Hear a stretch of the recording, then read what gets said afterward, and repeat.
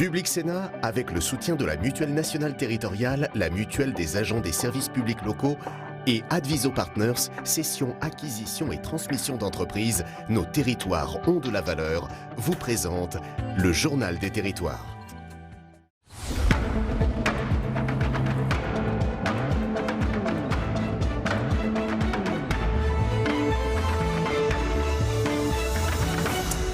Bonjour à tous et bienvenue en ce lundi dans notre édition en 3 parties. JT des territoires dans un instant que je vais vous présenter. Puis territoire d'info avec l'invité politique en direct sur ce plateau aujourd'hui, c'est Jean Veil qui est candidat sur la liste de La République En Marche aux élections européennes et qui est avocat, vous le savez. Et puis territoire Sénat avec l'actualité du Sénat et parlementaire en fin d'édition. Tout de suite, c'est le JT des territoires. On s'y retrouve dans un tout petit instant.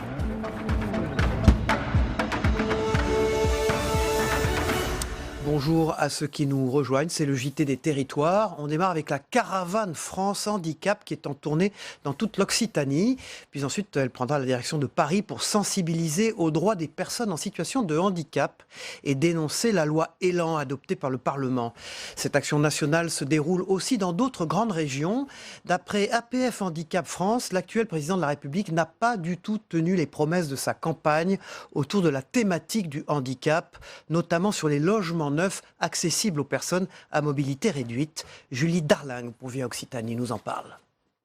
Le grand départ pour la caravane de France Handicap, ici à Montpellier. Elle va sillonner l'Occitanie pour défendre les droits des personnes handicapées et interpeller le président de la République, Emmanuel Macron, sur sa politique d'accessibilité pour tous, par exemple sur la voirie. Le revêtement est conçu de telle manière que lorsqu'on arrive face au passage piéton avec le fauteuil roulant, où une personne malvoyante sera dans la même situation, on ne voit pas les marches et il y a un risque de chute évident. Mais aussi sur la question du logement. L'association dénonce la loi Elan. Le texte adopté par le Parlement prévoit de réduire la part des logements neufs accessibles aux personnes handicapées. La loi de 2005 donnait obligation de construire tous les logements accessibles.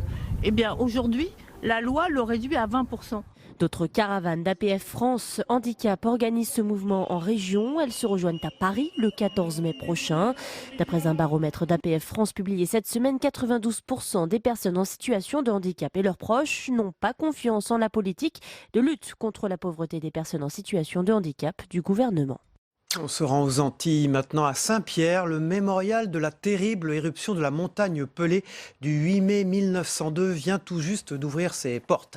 Après 4 mois d'importants travaux, le musée offre désormais à ses visiteurs un espace renouvelé et doté des dernières technologies.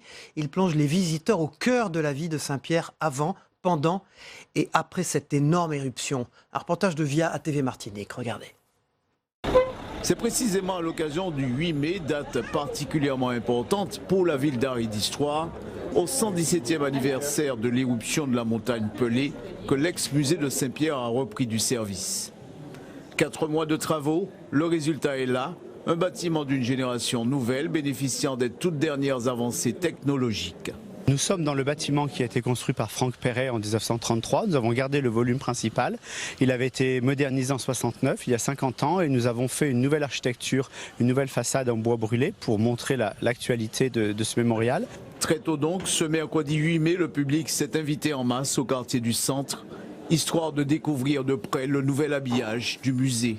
Un bâtiment à la fois moderne et sobre, réalisé par l'architecte Olivier Compère pour la mise en valeur de ce pan de notre histoire. Ce que nous montrons à l'intérieur, c'est la collection du musée Franck Perret, la collection municipale, c'est-à-dire les vestiges de la catastrophe de 1902, mis en scène, mis en exposition de manière extrêmement culturelle, émotive, pour faire comprendre ce qui s'est passé ici il y a exactement 117 ans. Une fois à l'intérieur, le visiteur est plongé dans la scénarisation, une collection d'objets récupérés avant et après la catastrophe. L'émotion se lit sur les visages. Nous avons vraiment l'impression de vivre l'éruption de la montagne Pelée, surtout avec l'audio guide qui nous est remis. C'est émouvant, mais c'est profond, mais c'est hélas la réalité. Je revois des souvenirs que j'avais visité une première fois, et là c'est encore mieux. Et j'invite tous les Martiniquais à venir s'approprier cette histoire de Saint-Pierre. Ça m'a rappelé un peu le Mémorial Act que j'ai visité il y a 2 mois. Je trouve qu'il est bien fait avec des évolutions technologiques, donc je le conseillerais aux personnes qui viennent. La rénovation aura duré en tout 4 mois et il a fallu un budget d'1,5 million pour boucler l'opération. Paris gagné donc pour la Fondation Clément et la municipalité, un lancement réussi. En prime, le public pourra bénéficier de la gratuité du musée jusqu'à la fin de ce mois de mai. Comment combattre la désertification de nos villages? Voici un bel exemple. À Aléry, village de 850 habitants, 2 entrepreneurs se sont lancés le défi d'ouvrir un commerce pour redonner un lieu de rencontre, de partage et d'échange dans une commune où il n'existait plus aucun commerce. Ils ont ainsi ouvert il y a 3 ans et demi La Chaumière, qui était d'abord une épicerie, puis une épicerie-bar, puis une épicerie-bar-restaurant. Un projet qui se porte donc très bien aujourd'hui, mais qui a eu besoin de 3 ans de démarche avant d'ouvrir. Un bel exemple de réussite et de persévérance que nous compte Adélaïne Bollard pour WEO TV dans le Nord, notre partenaire. Au cœur de ce village rural comme il en existe tant, une belle aventure humaine et économique a vu le jour. 2 entrepreneurs commerçants ont décidé d'ouvrir une épicerie dans cette commune de 850 âmes où il n'existait plus aucun commerce. Il a fallu 3 ans aux nouveaux associés pour monter le projet jusqu'à l'ouverture. Avec une persévérance à toute épreuve, ils ont réussi à défendre et imposer leur envie de faire du commerce à la campagne. J'avais pas envie de voir mon village mourir. Alors effectivement, j'aurais pu aller m'installer en ville et puis ouvrir. Mais le flux étant plus important, la concurrence est aussi plus importante, les coûts sont aussi plus importants pour ouvrir un commerce. On se pose sans cesse des questions, à savoir si les gens vont être réceptifs à l'idée, s'ils vont avoir envie de venir, comment leur donner l'envie de venir justement. Un petit stress permanent, mais à la fin on est content de ce qu'on a réalisé. Après 3 ans et demi d'exercice, les affaires vont bien et le village a trouvé un nouveau cœur de vie où se rencontrer et échanger. Un nouveau dynamisme qui ravit les nouveaux habitués. Quand il n'y a pas trop de commerce à proximité, oui, c'est bien d'avoir quelque chose proche de chez soi. Le fait d'avoir un commerce, une épicerie, un bar, je pense que ça redonne vraiment un dynamisme au village et ça recrée du lien dans le village, c'est important. Et avec le succès aussi du bar accolé à l'épicerie, un projet de restaurant a ouvert en septembre dernier. Des investissements dans un bus qui accueille les tables, le recrutement d'un cuisinier. Grâce à une gestion raisonnée et encadrée, les associés ont pu continuer à se développer. Je pense qu'aujourd'hui, certes, on a réussi à monter l'entreprise, on a une certaine réussite, mais le plus gros succès, c'est de vivre de ce qu'on aime. Et le prochain objectif est de décrocher le label Bistrot de Pays. Et ils veulent aussi profiter du succès avant de lancer les autres projets qui trottent encore dans leur tête d'entrepreneurs ruraux. On part pour Angers maintenant, où comment favoriser l'échange entre les jeunes des quartiers et les entreprises qui recrutent dans la région.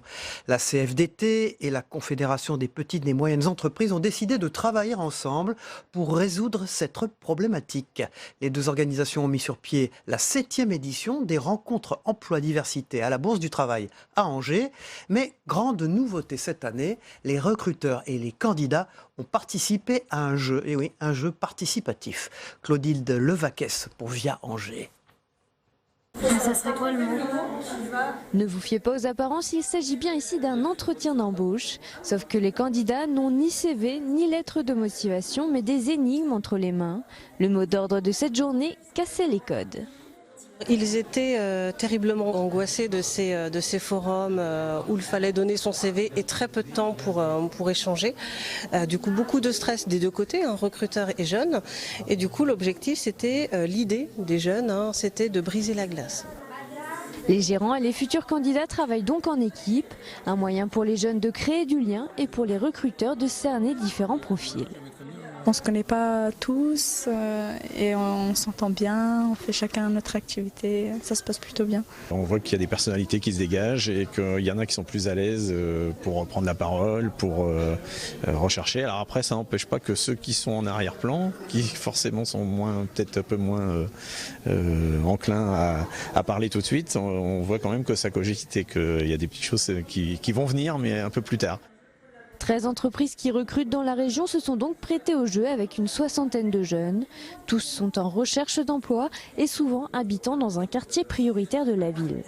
Parfois, quand on n'a pas la bonne couleur, quand on n'a pas le bon nom, la bonne adresse, et qu'on n'a pas le réseau, on a des difficultés particulières pour trouver du travail. Cette rencontre directe, c'est cette opportunité justement de s'extraire de ça. À la fin de la session, si toutes les énigmes sont résolues, ils trouveront forcément un trésor et peut-être un emploi. Elles sont indispensables à l'homme, on ne le sait pas assez. Avez-vous envie de vous engager pour la protection de la biodiversité et la sauvegarde des abeilles? Eh bien, vous pouvez désormais parrainer ces abeilles chez les apiculteurs du sud-est de la France grâce à l'association La Provence des abeilles. Plus d'explications avec ce reportage de nos partenaires sur place, Provence Azur TV. Regardez. Grâce à des mouvements doux et précis, Gérald et Bernard font de la place à cette colonie d'abeilles pour qu'elle puisse se développer. Pour ce faire, ils changent les cadres des ruches, permettant ainsi aux ouvrières de continuer leur labeur. Les abeilles fournissent 65% de notre diversité alimentaire. Pourtant, elles sont chaque jour un peu plus menacées. Réchauffement climatique, frelons asiatiques, agriculture intensive, les causes de cette catastrophe environnementale sont nombreuses. Les apiculteurs sont donc contraints d'adapter leur façon de travailler. Pour anticiper les dérèglements climatiques, Gérald a lui installé ses ruches isolées. On s'aperçoit depuis quelque temps que l'abeille subit et souffre énormément des variations climatiques, où on a des changements de température inopinés qui peuvent être très froides la nuit et très chauds la journée. Donc ce qui fait que nous, en fait, par l'apport de la ruche isolée, on va essayer de réguler cette température et limiter l'effort de l'abeille. Donc automatiquement, comme on limite l'effort, on va limiter aussi la consommation, donc la surconsommation. Donc on va avoir un meilleur comportement de l'abeille, une meilleure adaptation aussi par rapport au climat et de surcroît une meilleure production aussi de miel. Gérald est l'un des adhérents apiculteurs de l'association La Provence des abeilles qui depuis 2017 organise des manifestations pour sensibiliser le grand public au rôle capital de ces pollinisateurs. Et pour qu'ils soient toujours plus concernés par leur cause, l'association propose aux particuliers de parrainer entre 2000 et 12 000 abeilles chez les apiculteurs locaux. Il peut venir voir ces ruches, ces abeilles sur le rucher, de voir l'évolution de la ruche, les miellets. Et c'est surtout pour lui aussi d'être un peu plus concerné. L'abeille, elle est, comme je vous ai dit, elle est essentielle à notre écosystème sur Terre. Comptez entre 20 et 120 € pour parrainer des abeilles et récupérer bien entendu le fruit de leur travail. Un bon moyen de participer à leur sauvegarde et plus largement à la préservation de notre planète. Voilà, on poursuit ce JT des territoires avec dans un instant la revue des unes de la presse quotidienne régionale. A tout de suite.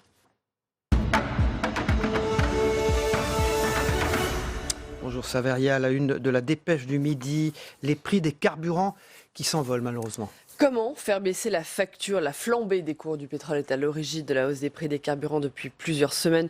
Une hausse de 17 centimes pour le diesel, 10 centimes pour le samplon 95.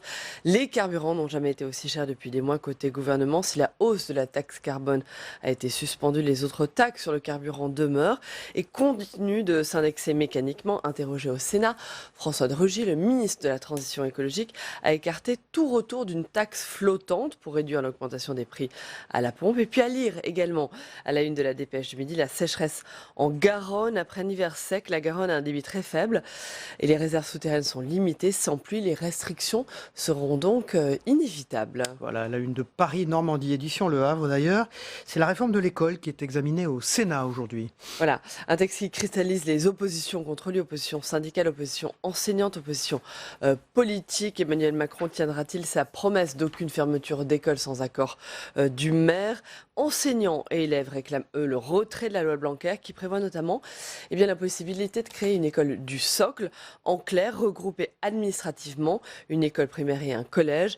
Face à la grogne, le ministre a dû apporter des garanties. La une du Télégramme, dirigée par Hubert Coudurier, directeur de l'information. 30 cliniques bretonnes ont disparu en 20 ans. Il y avait 60 cliniques dans les années 90 en Bretagne. Il n'en reste plus que 30 aujourd'hui, en cause les fusions d'établissements, un phénomène de concentration dû à des groupes de santé privés ou mutualistes, un phénomène qui touche à sa fin. Et puis à la une de Ouest France, le plus grand quotidien français, le casse-tête des européennes, pour les mairies surtout. Voilà, 34 listes et donc 34 panneaux, c'est le casse-tête auquel doivent faire face les maires. Tout doit être prêt ce matin pour l'ouverture officielle de la campagne. Les mairies qui avaient donc jusqu'à hier soir pour préparer cet affichage électoral. Difficile d'en trouver autant, de trouver 34 panneaux pour les communes. Pas question d'acquérir de nouveaux panneaux métalliques en ces temps de disette et l'État ne prévoit pas d'aide financière, explique l'Association des maires de France. Le gouvernement donne donc d'autres pistes dans une circulaire publiée début mai, notamment la possibilité de diviser les panneaux par 2 dans le sens de la longueur. Merci Saveria, on vous retrouve pour l'actualité sénatoriale en fin d'édition. Tout de suite, c'est le Club de la Presse dans un instant.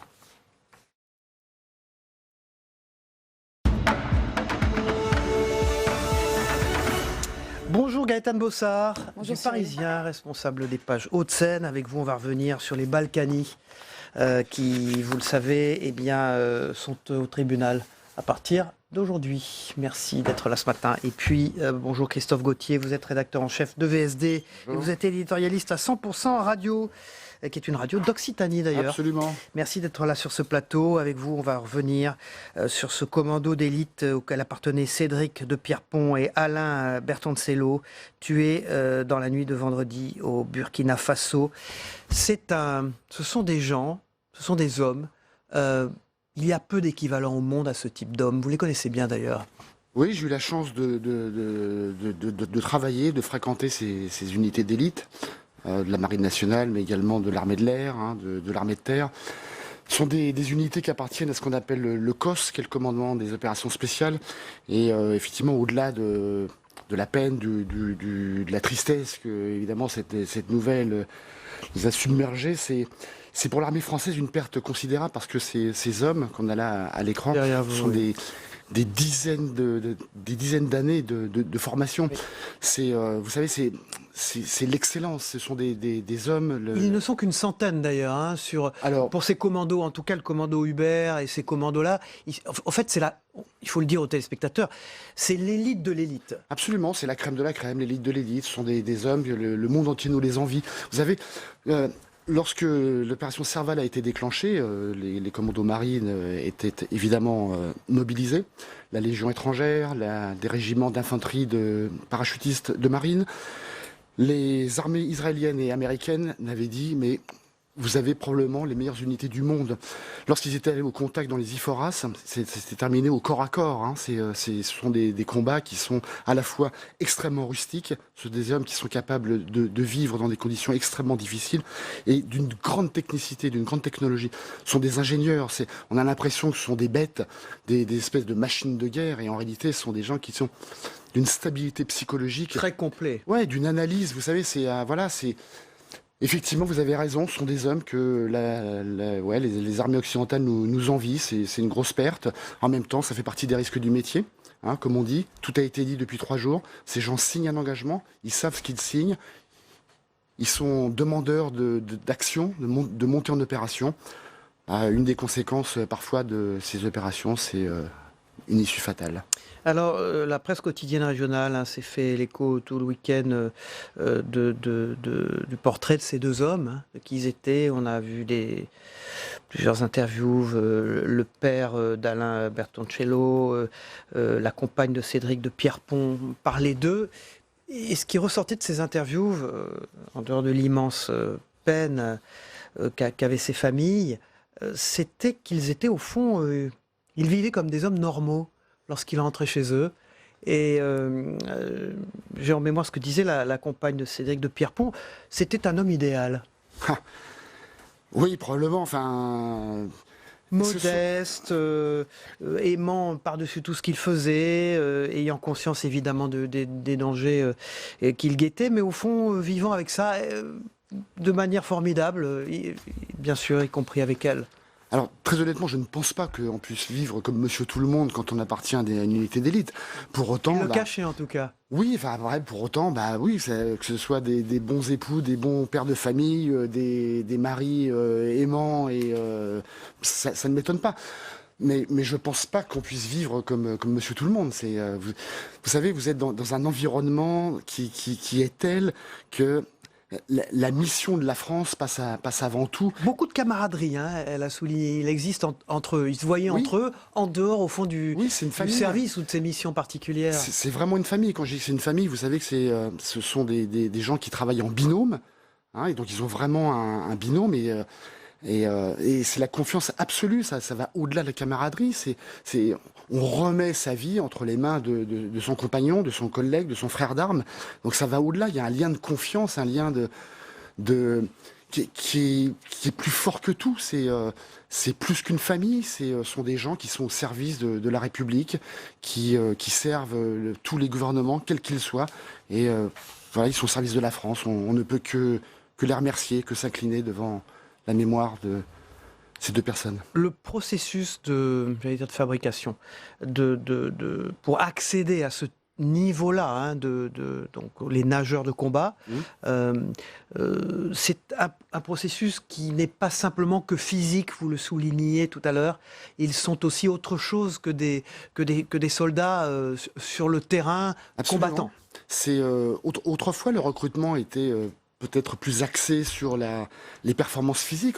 Aujourd'hui, vous savez, ces soldats ont une technicité qui est absolument extraordinaire. Ils savent manier tous les outils de communication, ils savent, pour la plupart d'entre eux, crypter, décrypter. Ils sont spécialistes, effectivement, soit en milieu aquatique, en explosifs. C'est, encore une fois, des années et des années de formation. Sont des gens qui sont à la fois des cerveaux extrêmement bien faits, et puis évidemment des corps qui sont particulièrement entraînés à toutes les épreuves et à tous les terrains. Voilà, ce commando d'élite auquel appartenaient Cédric de Pierrepont et Alain Bertoncello, auquel d'ailleurs le président de la République et toute la nation rendra hommage demain matin aux Invalides. Merci Christophe Gauthier, vous restez avec nous. Avec vous, on va complètement changer de sujet. C'est évidemment le but de ce club de la presse. Gaëtane Bossard, vous dirigez les pages Hauts-de-France, Hauts-de-Seine, dans les Hauts-de-France d'ailleurs, du Parisien. C'est la chute de la maison Balkany qui occupe toutes vos pages ce matin. On les voit, le grand fait du jour en ouverture. Pourquoi il fascine tant ce couple Balkany ? Parce que c'est un couple emblématique au-delà des Hauts-de-Seine de la politique française. Ils sont connus de tous. Ils sont, ils ont une personnalité aussi assez marquante.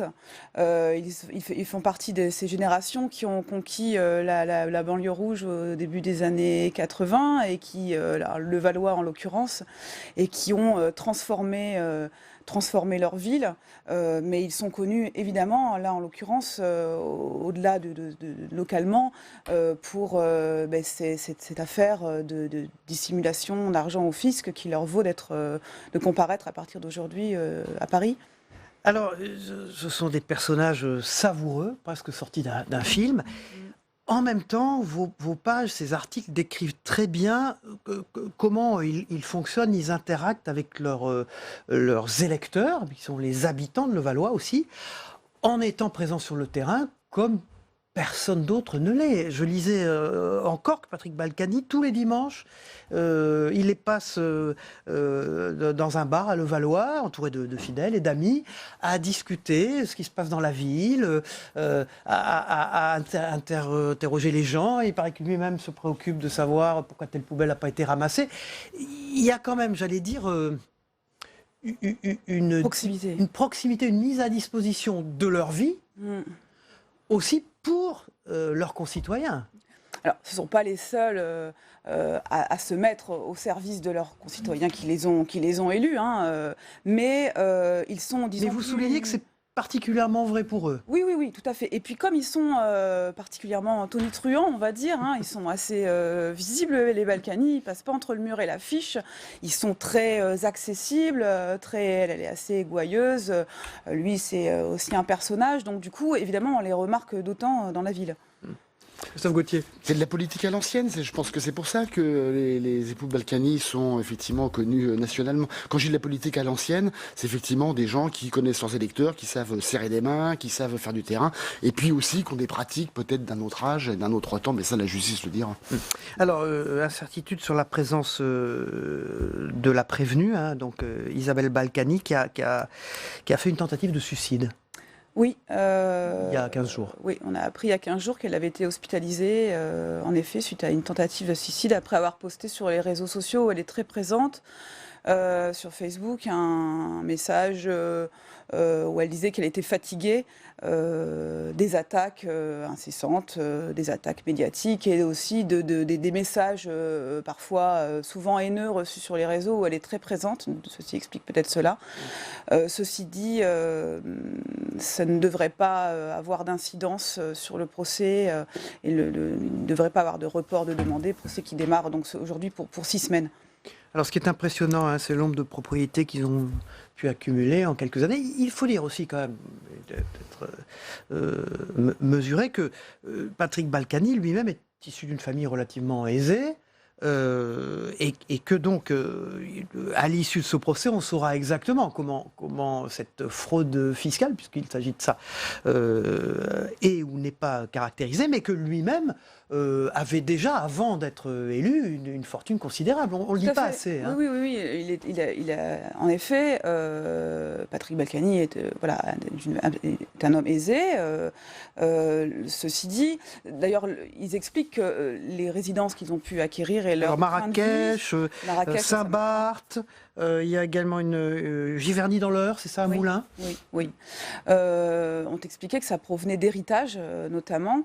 Il se trouve que c'est peut-être un peu plus complexe que ça et que la justice s'est intéressée à des montages financiers de plus en plus complexes et de plus en plus opaques. Qui avaient manifestement comme objet de dissimuler ce patrimoine au fisc. On est à 13 millions d'euros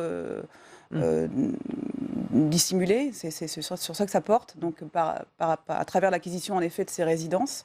Ils ne sont pas tout seuls au procès, 4 personnes avec eux. Oui. Leur fils. Dont leur fils. Et d'autres personnes qui sont poursuivies pour avoir servi de prête-nom. Qu'est-ce que pensent vos lecteurs ? Vous êtes responsable des pages Hauts-de-Seine du Parisien. Quel est le feedback, le retour que vous avez de vos lecteurs sur le couple Balkany ?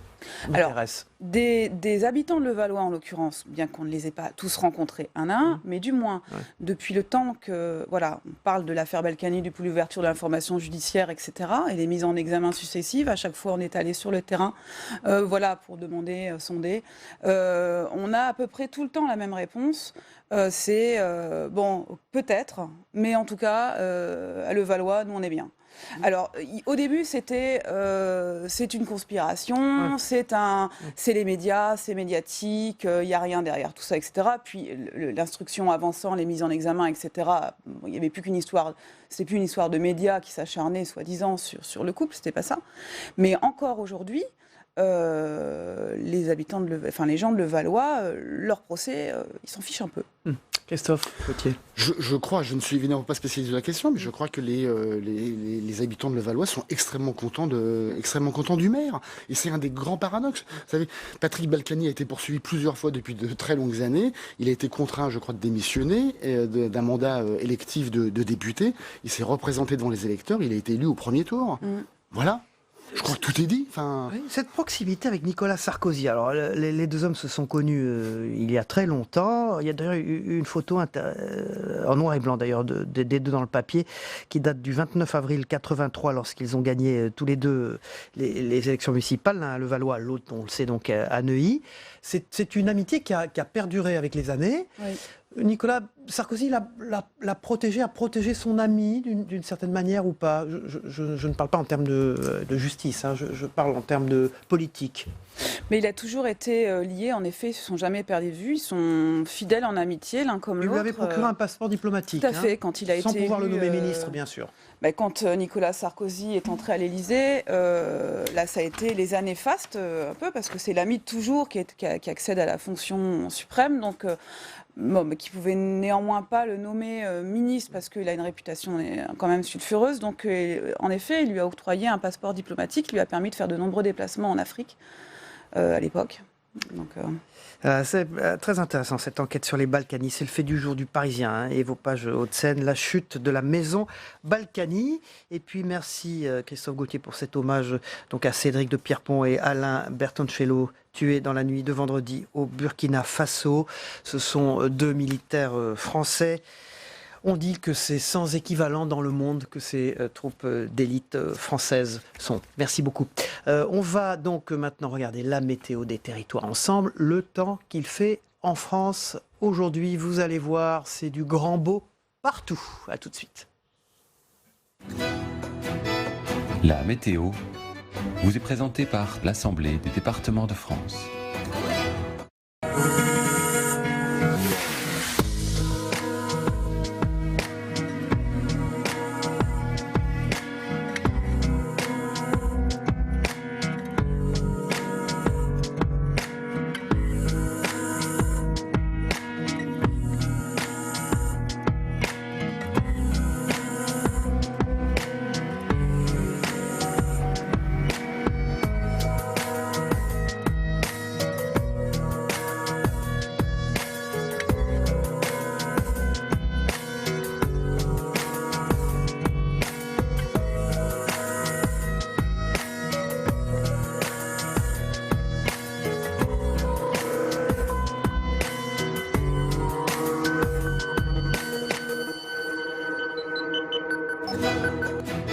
C'était la météo avec l'Assemblée des départements de France.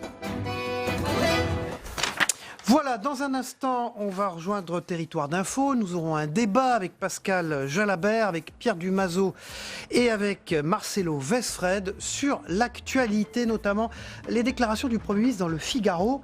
On avance même s'il nous reste tant à faire, a déclaré Édouard Philippe dimanche au Figaro.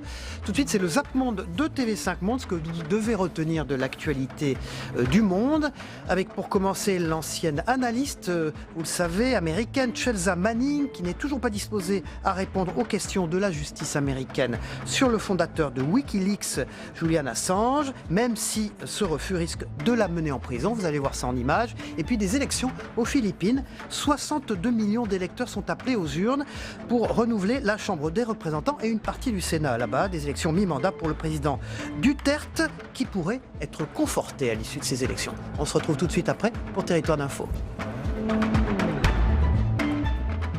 Public Sénat, avec le soutien de la Mutuelle nationale territoriale, la Mutuelle des agents des services publics locaux et Adviso Partners, cession, acquisition et transmission d'entreprises, nos territoires ont de la valeur, vous ont présenté le Journal des territoires.